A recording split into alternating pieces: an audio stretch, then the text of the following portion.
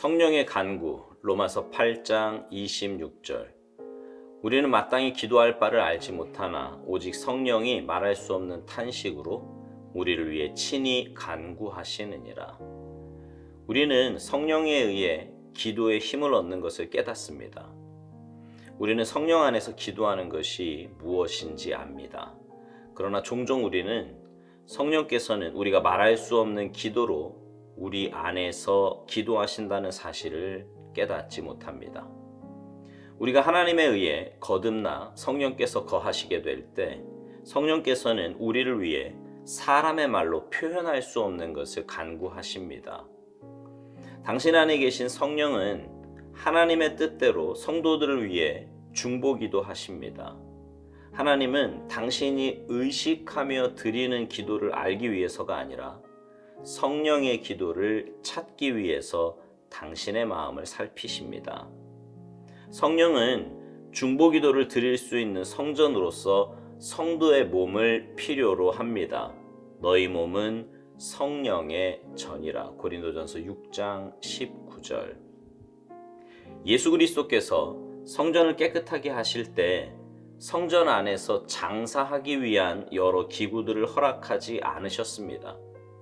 성령께서도 당신이 당신의 몸을 자신의 편의를 위해 사용하는 것을 허락하지 않으실 것입니다. 예수께서는 성전에서 사고 파는 자들을 가차없이 쫓아내며 말씀하셨습니다. 내 집은 기도하는 집이라 일컬음을 받으리라 하였거늘 너희는 강도의 소굴을 만드는도다. 마태복음 21장 13절. 우리 몸이 성령의 전인 것을 인식하고 있습니까? 그렇다면 우리는 주를 위해 우리 몸을 더럽혀서는 안 됩니다.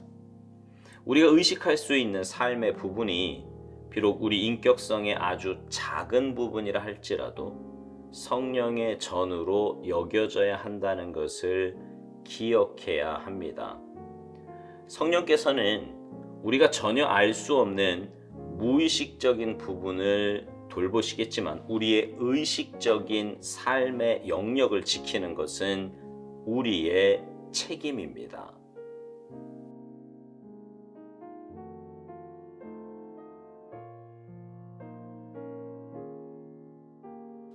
예수님께서요, 이 땅에 계실 때 성전 정화 작업을 2번 하셨습니다. 한 번은 공생애를 시작하시면서 하셨고요. 또 다른 한 번은 공생애를 마쳐갈 때쯤 하셨어요. 2번 다 성전 안에서 장사하며 강도의 소굴을 만들었던 자들을 내쫓으시면서 내 집은 만민이 기도하는 집이라고 말씀하셨습니다. 우리 몸은요, 성령의 전이라고 고린도전서 6장 19절에서 말씀하십니다. 그러니까 성령님께서 우리 안에 거하신다는 말씀이지요. 정말 우리가 예수 믿고 거듭나면 성령님께서 내 안에 거하십니다. 우리가 주님 나라 갈 때까지 우리와 함께 하시는 거예요. 그런데 성령님께서 내 안에 거하시며 하시는 중요한 사역 가운데 하나는 바로 기도입니다. 기도. 우리로 하여금 기도할 수 있는 힘을 주시고 뿐만 아니라 우리를 위해 말할 수 없는 탄식으로 간구하십니다. 오스왈드 목사님은요, 이것에 대해서 이렇게 말합니다. 우리가 하나님에 의해 거듭나 성령께서 거하시게 될 때 성령께서는 우리를 위해 사람의 말로 표현할 수 없는 것을 간구하신다고요. 뿐만 아니라 당신 안에 계신 성령님은 하나님의 뜻대로 성도들을 위해 중보기도 하신다는 겁니다. 그러면서 이런 중요한 말을 합니다. 하나님은 당신이 의식하며 드리는 기도를 알기 위해서가 아니라 성령의 기도를 찾기 위해서 당신의 마음을 살피신다는 거예요. 그러니까 우리가 의식하여 드리는 기도보다 성령님께서 우리를 위해서 간구하시는 것이 더 중요하다는 말입니다. 당연히 그렇지 않겠습니까? 우리가 하나님께 드리는 기도의 대부분 어떤 것들이에요? 문제 해결, 건강, 물질, 자녀, 노후, 이런 것들 아닙니까? 오해하지 마세요. 그런 것이 우리의 삶에 중요하지 않다는 말이 아니에요. 여러분 가족 가운데 누가 사경을 헤맨다고 한번 상상해 보십시오. 다른 것이 눈에 들어오거나 생각을 차지하게 됩니까? 아니지요. 결코 아닙니다. 경험해 보신 분들은 아시겠지만 다른 기도 제목 하나도 생각 안 나요. 그냥 오로지 사경을 헤매는 그 가족이 회복되기를, 치유되기를 기도할 뿐입니다. 만약 그 가족이요, 자녀이거나 나보다 나이가 어린 사람이라면 그 마음의 위급함은 우리가 상상하는 그 이상입니다. 경제적인 부분도 그렇지 않습니까? 당장 먹을 것이 없고 공과금 낼 돈이 없다고 여러분 한번 상상해 보세요. 다른 생각이 들겠습니까? 오로지 경제적인 문제 해결을 위해 목숨 걸고 기도하지 않겠습니까? 그러니 그런 기도 제목들이 우리의 삶에 중요하지 않은 건 분명 아니지요. 그러나 여러분 한번 이렇게 생각해 봅시다. 자, 그렇게 해서 기도 응답을 받았어요. 그러면 그 기도 응답이 영원히 갑니까? 무슨 말이냐 하면 아픈 사람 낫기를 위해서 기도했어요. 그러면 그 사람이 낫고 나면 죽을 때까지 안 아프나요? 경제적인 문제 놓고 기도해서 해결이 되면 그 다음부터 경제적인 문제가 전혀 안 생깁니까? 아니죠.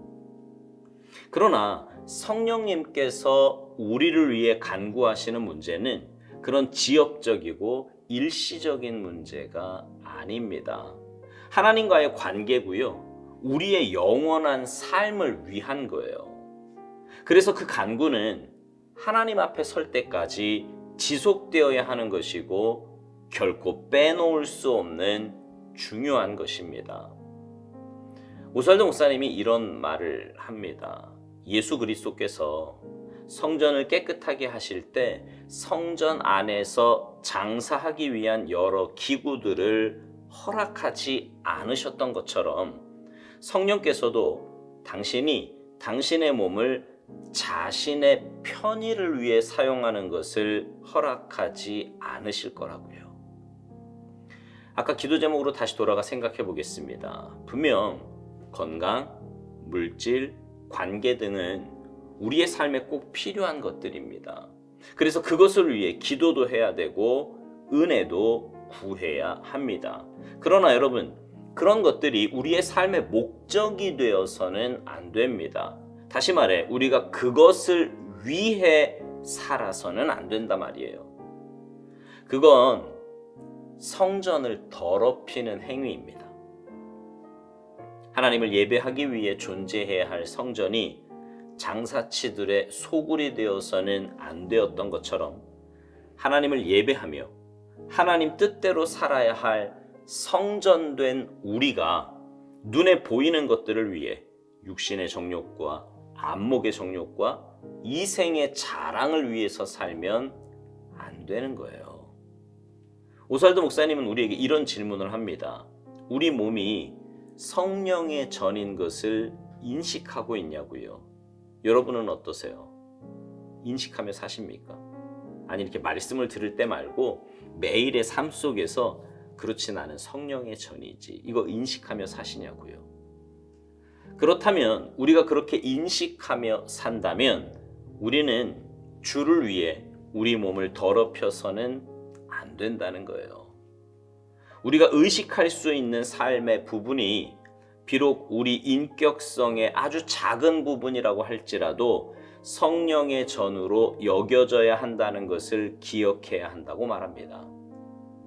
그러면서 성령께서는 우리가 전혀 알 수 없는 무의식적인 부분을 돌보시겠지만 우리의 의식적인 삶의 영역을 지키는 것은 우리의 책임이라고 말하며 묵상을 맺습니다. 사랑하는 성도 여러분, 성령께서 내 안에 거하심을 늘 기억하며 사시기 바라요. 그리고 우리가 성령의 전이라고 하는 것 여러분 이거 잊으시면 안 돼요. 그래서 내 삶의 모든 부분을 세상에 속한 자들처럼 죄에 내주지 말고 성령님의 인도하심에 내어 드리시기 바랍니다. 그래서 성령님의 인도하심 속에 주님과 행복한 동행하며 사시는 아름답고 복된 삶이 되시기를 주님의 이름으로 축복합니다. 아멘.